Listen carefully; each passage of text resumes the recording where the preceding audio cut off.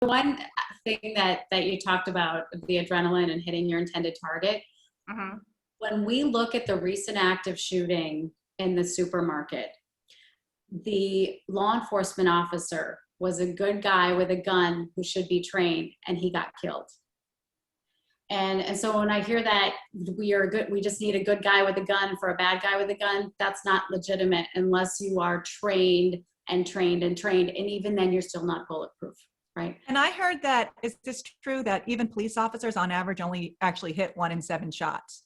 It's less than that. And so that's the other thing that I want to talk about. So 17 to 22% accuracy rate in incidents hitting their intended target nationwide. And I see that consistently in my classes. They can't qualify until they've been completely retrained. And what I find, it's because of that center mass type of mindset. For their qualifications, they have a huge target and they just need to hit here.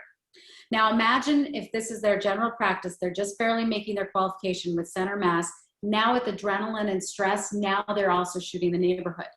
The El Paso active shooting, 52 shots fired at the active shooter, killing 2 civilians, not even hitting the active shooter. He gave himself up down at the street at a gas station. Can you repeat that again? Because I didn't know that it was friendly fire that killed 2 civilians. 50-something shots, and all we did was take off 2 innocent people? Yes. And we haven't really heard all of the victims that have been actually shot by law enforcement. That's the first time I've ever heard it said in the press.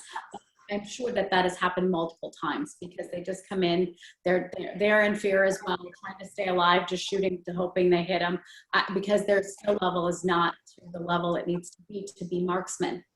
And everybody's in this center mass mindset. And if you watch Joe YouTube, that's what they're all promoting. And again, I'm not an advocate of that because you added adrenaline and stress and now you're not hitting anything. So our mindset is marksmanship, and everybody's shots are through the same hole. And that is my standard.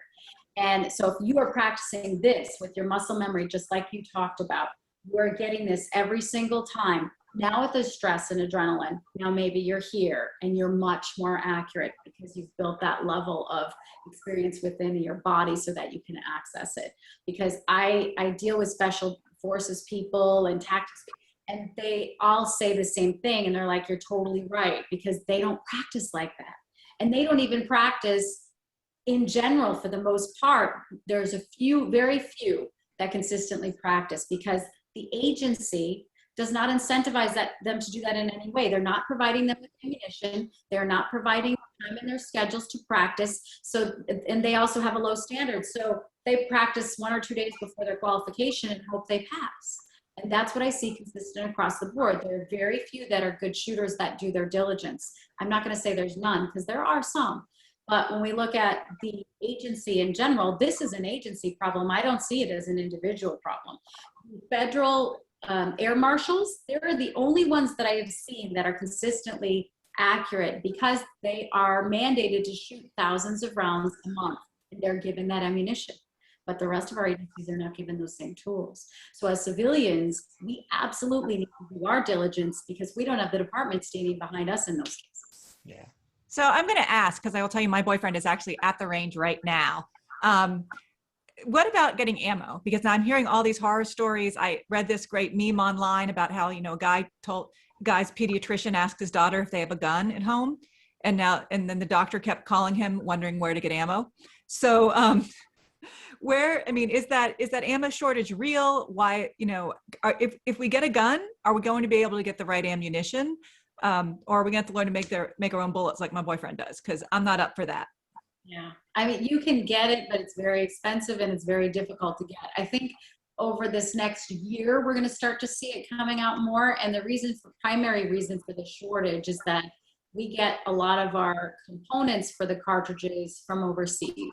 They come from Brazil and China and these places that had a complete shutdown of their businesses for a long period of time. So they're on a huge backlog situation. So even people that reload their own rounds can't get the components because they're all sold out.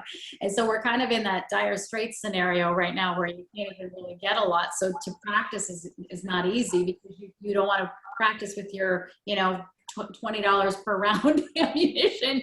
And so, but when I talk about practicing and the fundamentals, your best practice is at home with your firearm to develop your fundamentals, even more so than shooting live. And so you don't really need it. As long as you have enough for home defense for now, you can use that as practicing at home with your Yeah, firearm. because the shelves at Cabela where where he gets his parts were empty. I mean, even getting the parts were.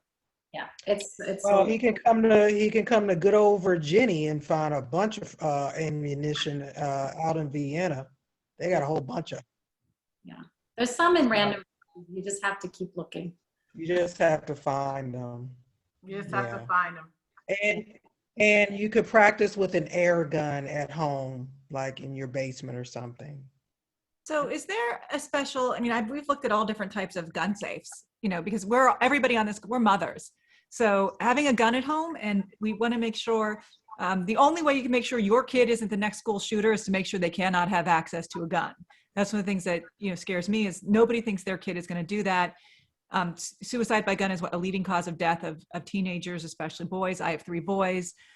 So do you have a recommendation? Or is there anything that women in particular should look for in gun safes? Should we go with the numbers? Should we go with the biometric? What do you think we should look at? The biometric is a problem because if you have a cut on your finger, it won't open. If you don't have the proper pressure, it's not going to open. In a high stress situation, that's not going to be reliable. You need something that's very, very simple. And so I like the ones with the programmable for keys, for numbers. It pops open, it has a key, but you don't need it as long as the battery is working. So you can test that once a year.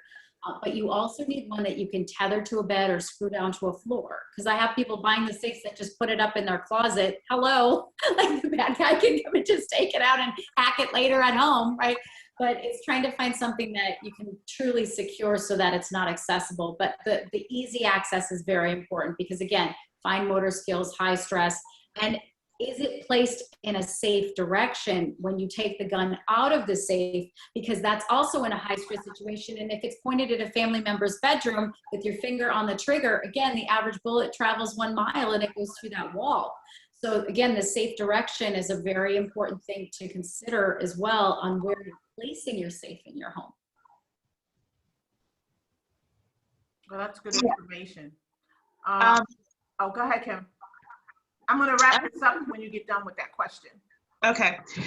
Just one last question about the guns, and similar to the mace. So one of the things I heard was that don't get a gun unless you know how to properly use it. The main reason is that if you do have one for protection and you take it out, it kind of triggers the attacker to amp up the aggression as well. And so if you don't know how to, use it or have defensive training, you could put yourself in potentially a worse situation. So don't get one just to get one and feel protection unless you. Yeah. And I find that, and I kind of say this jokingly, but I really believe it's true. Most concealed carry holders are going to shoot themselves before they ever shoot any bad guy because they don't practice drawing from their holster.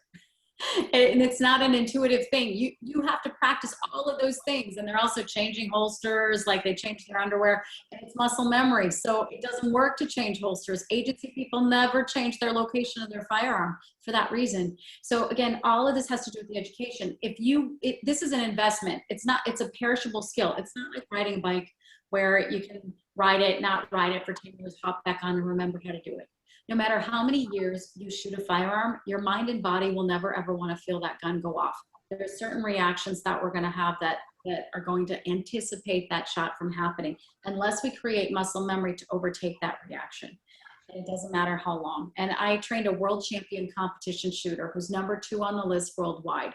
And he was in my instructor class in North Carolina. And I said to him, Ray, how many times a week do you dry fire your pistol, meaning practicing his trigger squeeze with no live ammunition in his living room? And he said, well, it used to be 1,000 times a week. Now it's only about 700. I've been slacking off a little bit. He's 82 years old.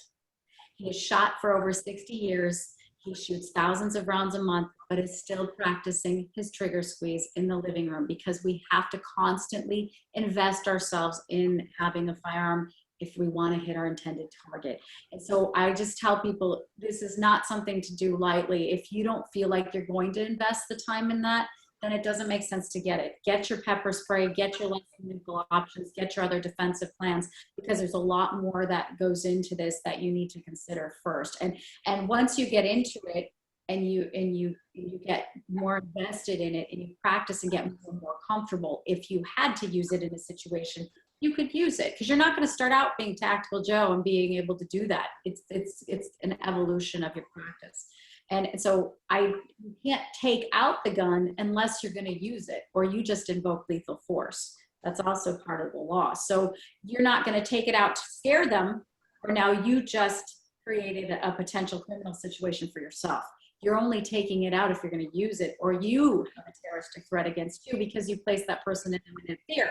And if they call law enforcement saying you pulled a gun on them, now you're the one that's also going to jail when you were trying to protect yourself from them. So you see how this can get so crazy? You know, that's the sad part here. But again, women are amazing shooters, and they're amazing at this once they get comfortable and learn how to do it. And it doesn't take them long to learn. And so it's just a matter of trying to decide, is it right for you or is it not? But no matter what, I want everybody to just come up with their own personal safety strategies so that they can protect themselves and their families, whether it be a gun, whether it be something else, because our crimes are increasing and we just need to do our diligence for ourselves. I know I need to, I'm gonna put this in there again. I need to go to the range, Jody. Yes. I'm just putting that out there. I'm gonna leave it where it is. I'll be there on Monday. Huh? I'll be there on Monday if you have time. Which one? At Elite in Manassas. What's Elite. Oh, really? Yeah, I'm going on Monday. Yeah, she's there every Monday. Make it happen. Know that. Okay. Well, now I know. Yeah, call Let me. me tell you this. I want you to give your information again, like you did before, because this is a separate video that I'll post a little later. But your project, like Vanessa said, we would love you to come back and launch that here. We're very good at dressing up for things. So we would love to have your little online launch party for your project. I'm not going to say what it is. I get to wear a fancy dress? Because Yeah. I'm in. We're hoping to have a live one by that time, because we're going to have a fashion show with it. We're going to have all kinds of stuff. Ooh. You'll have an opportunity to dress up. You ladies. I've got a closet full of Hervé Leger dresses, and I haven't been able to wear any of them in a year because of COVID. Just give me a chance. I Well, don't even know about the Jody's- heels anymore. Jody's a hairstylist and a fashion stylist also. So I didn't know. she's multifaceted. Yes. Yeah, that's my first love is fashion. And you know, people see me on the street, they're like, "You a hairstylist?" I'm like, "No, I'm a firearms instructor." But you may be my new favorite person. I want to be you. Yeah, I need post-COVID new fashion tips, because it's a totally different look now. Well, you Yeah, have I to have come back on something else now. Look at you. You're gonna drain all those talents. Go ahead and give your information again for us, sweetheart. Yes, it's girlonfire.life. And you can see our firearms training page, or you can contact us if you want your own group course, or if you have questions about personal safety. And we also have a store that you can go on to, and a lot of those are Amazon links to our favorite personal safety products. So you can easily access them right away. Thank you Awesome. for helping me to feel a little safer with what's going on with me and give me some ideas to keep my family safe. So thank you. I need to send you my document too. I'll make sure I get that to you. Thank you so much for being with us tonight.